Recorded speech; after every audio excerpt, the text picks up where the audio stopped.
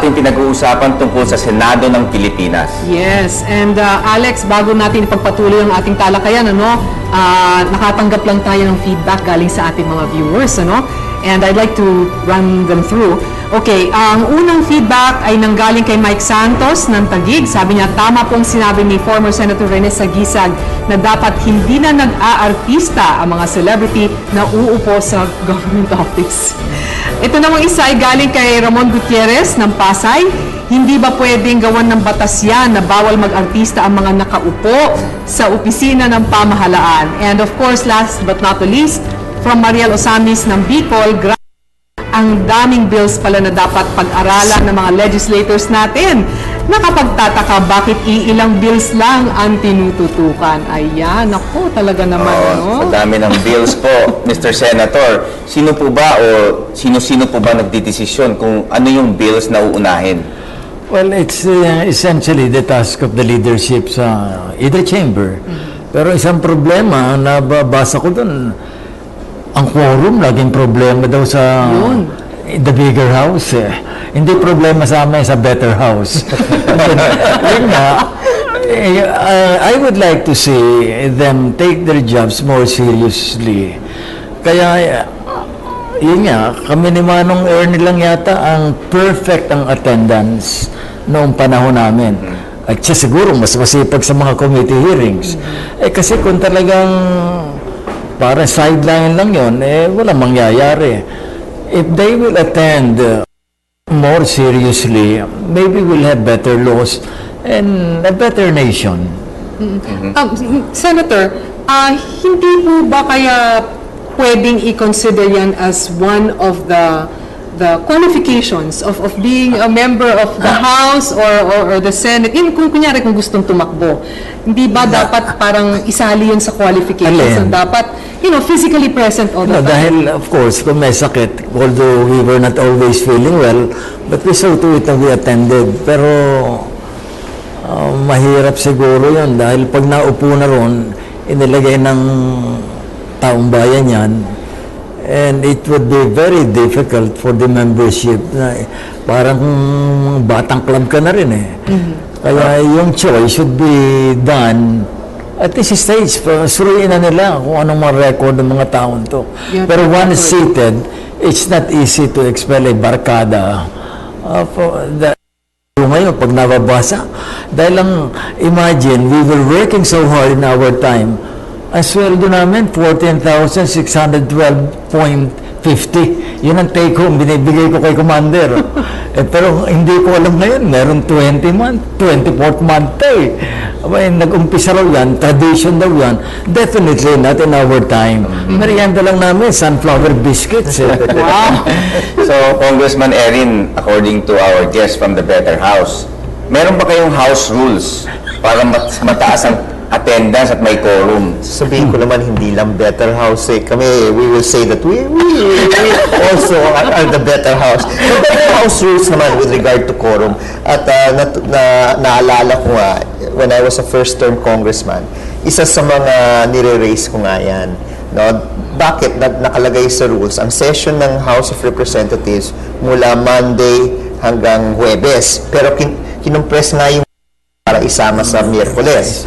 Okay, and yet, kung titignan nga po natin yung pagpasok ng mga kongresista, hindi sumasapat sa quorum, Only in the 15th Congress na nagkakaroon ng mas magandang attendance kung ikukumpara sa May penalty ba yan? Yun nga ang kwan, yun nga ang tanong, diba? Yun ang tanong, dahil dapat meron. Nung push-ups. 13th and 14th Congress, isa sa mga pinag-usapan nga yun, kung ipe-penalize ba ng House yung hindi pagpasok. Dahil maliwanag naman sa rules. Of course, nagkaroon ng debate, hindi pumayag. Dahil sabi ng mga ibang kongresista, bakit naman po kami ipe-penalize kung ang ginagawa naman po namin ay yung trabaho sa distrito. Of course, sabi ko naman, maliwanag sa rules natin, ang sesyon ay mula Lunes hanggang Huwebes. Sabihin natin hanggang Miyerkules, di dapat nandito ka.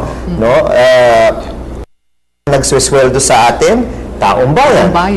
Bakit hindi natin pwedeng gawin yung ginagawa sa pribadong korporasyon? Kung saan, kung absent ka, dapat may deduction. May Pero deduction. malaking issue nga yun eh. Yun nga nakakalungkot. Ano kaya kung bawat absent 1 million deduction sa pag-file? Well, baka always present mga tao doon. I'm sure, pero yun nga, it is still an issue that has never been settled, no?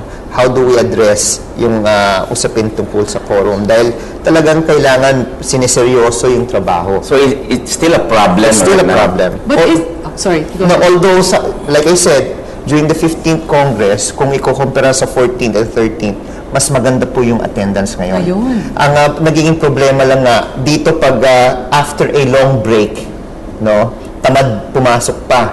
Eh lalo-lalo na ngayon na kampanya na ang mga susunod na linggo, usually hindi mo na nakikita yung mga miyembro. Imagine, nagsimula kami January 21, no, last week. Tatlong session days po kami walang quorum. Oh my goodness. 3 sessions. Lagi may quorum doon sa merienda room niya. Walang quorum. 3 session days. Anyway, okay, so that being said, I understand complete attendance po kayong dalawa sa sa Better House. Okay. All right. So, napag-uusapan din lang yung track record. Okay? Can a senator be a good statesman at the same time? Oh, definitely. Kasi yun ang constitutionally ang difference between the House and the Senate, because the House are representing small districts and so they have parochial concerns, quote unquote. The Senate, we are elected nationwide. For example, you need about 12 million votes to get elected senator. So you're supposed to have a broader perspective. You are involved with national concerns. And when you are discussing national concerns, then automatically you get a chance to take a statesman-like position. Ayun. Kasi hindi ba, Alex, pinag-uusapan natin yung kanina Kumbaga, parang maaari bang maging statesman din ng isang miyembro ng Senado o ng lower house? Kasi, kumbaga, pag sinabi mong statesman, maraming pwedeng, pwedeng maging kahulugan yan Oo. Nandyan yung integridad. Oo. Nandyan yung, yun nga, yung concern mo for the general welfare, di ba? Kasi yung parang pinag-usapan namin ni Pinky, may kaibahan yung politiko lamang at yung statesman. Statesman. Tulad ng mga, tulad ni Claro M. Recto. Kasi karamihan ng ating nasa pamahalaan na lahat naman politiko. Pero anong, Senator Sagisag, tingin niyo, what does it take to be a statesman? Coming from a politician going to a statesman? It has been said na a politician looks at the next election. A statesman looks at the next generation. Oo nga. Meaning, long view, kapag ka ng pambayan, di kapag ka ng pansarili. In other words, yung parang euphoria noong 86 at 87, when all of us were asking, what could we do for the country? Eh mukha nung local elections ng 88, parang nabaliktad na, what could the country do for us? Kasi nung 87, na ako yung mabrasong mapatakbo dyan, accidental senator, I didn't have to spend a single centavo of my own. In other words, talagang dinala ko ng bayan.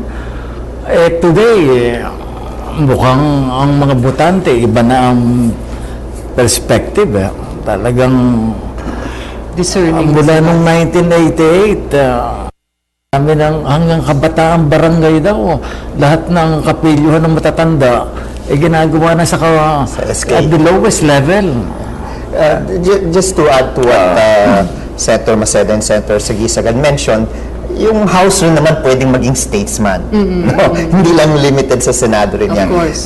Pero ang gusto kong sabihin nga, yung kuminsan yung parochial concerns talaga ay nangingibabaw. For example, itong last week, ang long-term view, dapat pag-usapan yung freedom of information, ano man ang mangyayari. Yes. Pero hindi ma-sponsor sa floor. Dahil may isang kongresista na tumayo, ayaw pabasahin sa records, no, yung isang Republic Act na nag-create ng panibagong probinsya sa lalawigan nila. Davao? Yes. Davao? Yes. Yeah. So ang nangyari doon, yung sa isang bill of National concern. national interest, maybe, nahadlang dahil lang sa isang parochial na issue na, and it's already a Republic Act. He just didn't want it read in the records. Okay. I was able to read that article, nabasa ko yun, Alex Ajario.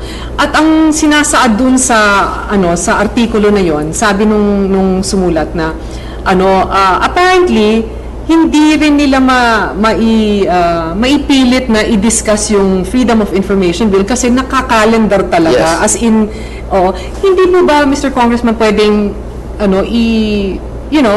i-supersede yun? Kunyari, let's say, kung talagang of national importance naman itong bill na to, hindi ba pwedeng pangunahan yung mga nakapilang Call na yan na majority floor leader. Pero nakatayo na kasi yung kinatawan ng probinsya eh. Handang i-question na yung quorum. Okay. Kaya nga yung tactic sana namin, kung may numero kami, he will move to adjourn, we would object, division of the House. Pero dahil nga wala kaming quorum, wala kaming magawa. Ayun. Nung sinuspend o yung... Kung nagkaroon po ng quorum noon, may chance po May ba? chance. Okay. Chance. Okay. Yan sa sinabi mo, makikita natin the realities of politics, no? So, kunwari ikaw, tatakbo kang senador. Merong idealist ka, meron kang gustong gawin para sa next generation. Tapos naluklok ka na, nandun ka na. Paano mo magagawa lahat yan kung there is realities of politics wherein hindi mo magagawa lahat ng gusto mo? Hindi naman lahat, kapakanan lang naman ang gusto nila at kaya sila nasa politiko. Ano masasabi niyo, Senator Sagisag? Well, yung karanasan namin, halimbawa, dun sa military bases, dahil nung una kami, mga pula lang, mga pink, sabi na, yan naman mga komunista gusto niyan eh. Pero when voting came, talagang I thought na we analyze the effects on future generations. Kaya yun, lumapad kami sa dakong kanan, Manong Johnny. Tapos ERAP sumama rin sa amin, yung masa. So in the end, yung sinunod namin, ang konsyensya namin, at tinanggap ng pero yung kamukha ng problema sinasabi ni Eric, may kabigatan yun na paano yung... Kasi alam natin may mga lobby groups dyan di ba? No, kunwari gusto mo to, alam mo tama to, pero yung isang politiko, suportado ng isang lobby group na nagpi-finance ng kampanya nila, paano yung kompromiso, paano... Check and balance. Check and balance. How can you pursue that? How can you make it into a reality wherein marami kang kalaban, hindi mo naman magagawa lahat ng gusto mo? Well, siguro yung halimbawa ng ni Erin, na talagang for several elections hinahalal. In other words, pwede namang you stick to your principles and not yield to the unfair demands of the lobbyists and the people as a whole. Kaya panalo ng panalo si Katan. Kumbaga, nasa karakter din ng politiko, ang bottom line. I would think so. Pero huwag natin kalimutan, the House and the Senate are collegial bodies. You have about 280 congressmen, more or less. You have 24 senators. 286. Pag tumatakbo ka, may platform ka, ito gusto kong ipresenta. Ang ibig sabihin, kailangan una sa lahat, kumbinsihin mo yung mayorya ng 280 congressmen na sumang-ayon sa proposal mo. Kumbinsihin mo yung mga senador sumayon sa proposal mo. Pag minsan may personal element pumupunta dyan, kung medyo mayabang ka, medyo ka, hindi na pag-uusapan yung merit ng bill. Sabihin, ayaw kong bumoto dyan, mayabang masyado yung otot niyan. Nagiging personal din, no? Ganun. Ganun pala yun. Oo. At saka yung political party siguro, pag liberal That's ka, another factor. una ka, sandali lang, hindi ko kapartido yan. Paano yun? Kunwari, tama naman yung bill niya, supportado mo, liberal ka. Anong masasabi mo? Kunwari, ang una, may ginawang bill na maganda naman, pero you have to be loyal to your party. Yes. How do you handle that situation? Well, kailangan tignan talaga kung yan ba ay babangga sa prinsipyo mo. No? Ano bang position talaga ng partido dito? At ano yung panukalang batas na sinusulong? Ito ba ay magkaiba sa pananaw, kung ito'y makakatulong sa taong bayan, hindi pwedeng magiging hadlang ka dahil lang kalaban mong partido yan. So, kailangan, para sa akin, parati yung mas malawak na pananaw kung ano ba talaga makakatulong sa taong bayan. Speaking of political parties, ako, takang-taka ako bakit nanganak yung mga political parties na yan eh. Dati, nationalista, tsaka liberal party lang. Biglang nagkaroon ng una at kung ano-ano pang mga partido. No? Pero, of course, bago ninyo sagutin yan, magbe-break muna tayo. So, magbabalik po ang paghanda para sa Hatol ng Bayan.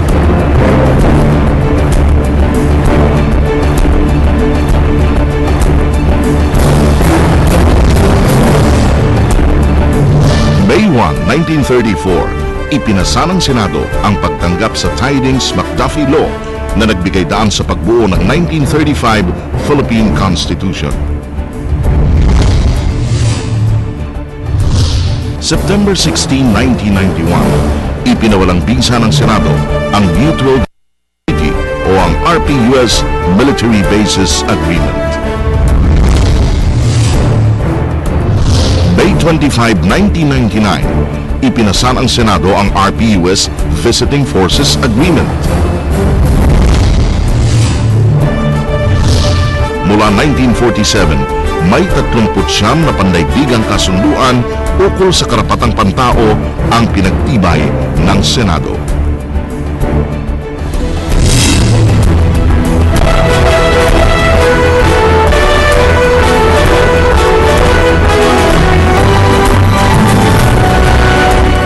Nagbabalik ang paghanda para sa Hatol ng Bayan. Ako po si Pinky Aceron at kasama ko po si Alex Colet at ang ating mga special guests mula sa Senado and of course sa Congress. No? But bago natin ituloy ang ating talakayan, meron pa tayong feedback pa galing sa ating mga viewers. No? This one is from Charmaine Tirona of Quezon City. Dapat siguro bigyan din ng incentives ang masisipag na congressmen at senators at i-penalize ang mga laging absent. Ayan na. Well, Okay. ang tingin ko naman dapat hindi kailangan bigyan ng incentives dahil responsibilidad mong pumasok. Responsibilidad mo maglingkod ng bayan. Responsibilidad, ginusto mo ito, kailangan gawin mo yung trabaho. Bakit mo dadagdagan pa with incentives? Maybe the other way around, yung penalty, baka yun ang dapat tignan.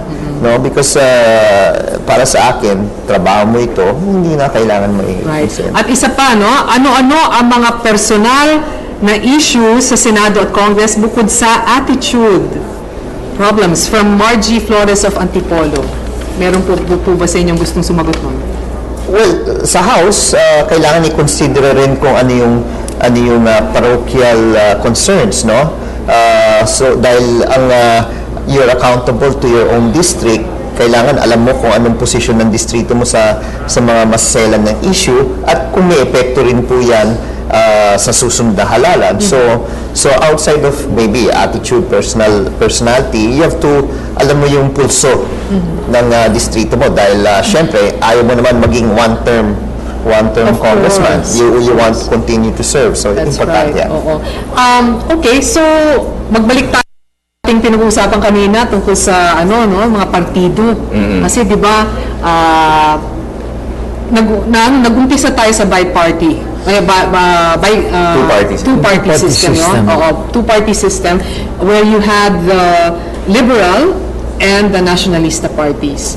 Okay, ngayon, ang dami nang nagsulputang mga partido. Nandiyan ng at some point may PDP laban, merong ano pa ba Alex yung mga ibang partido na May PNP, may Lakas. oo.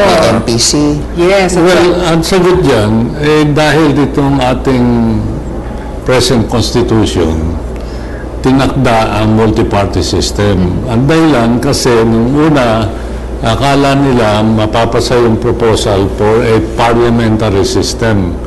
Under which system bagay yung multi-party system. Pagdating sa huling botohan, nanalo by one vote, yung system pa rin. Under the presidential system, doon maganda yung two-party system. So parang naging, ito ngayon na hilaw, presidential system pero with multi-parties. Ganun pala ang kasaysayan no? Kumbaga, hindi pala bagay multi-party system sa isang presidential. Oo, dapat two-party system lang. So, paano ito ngayon? Dahil nga, yun, apparently, nagsulputan itong mga ibang partido, no? Ang nangyayari naman yung mga talagang hindi matitibay na partido, they fall by the wayside Okay. Wala naman, hindi rin man sila nakapag-elect ng maraming elected positions. And so, yun na nga, nangyayari, sumasama sila sa koalisyon, pero kung hindi ka malakas at matibay na partido sa iyong plataforma at sa mga leader mo, unti-unti kang mawawala. Pwedeng mangyari yung kunyari na di-dissolve ang isang partido dahil nga hindi siya masyadong nakaka-penetrate sa politika.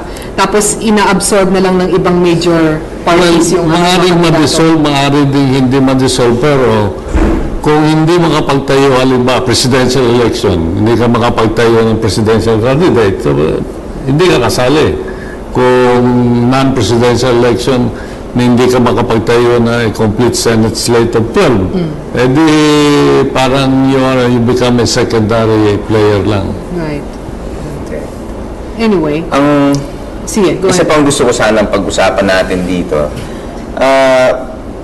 Para kasing naging kakambal na ng halalan natin ang electoral violence and cheating. Paano ba nating mababawasan man lamang to o maiiwasan? Ano po sa tingin nyo? Simulan nyo. Sige, sir. Well, Let's start with the electoral violence muna.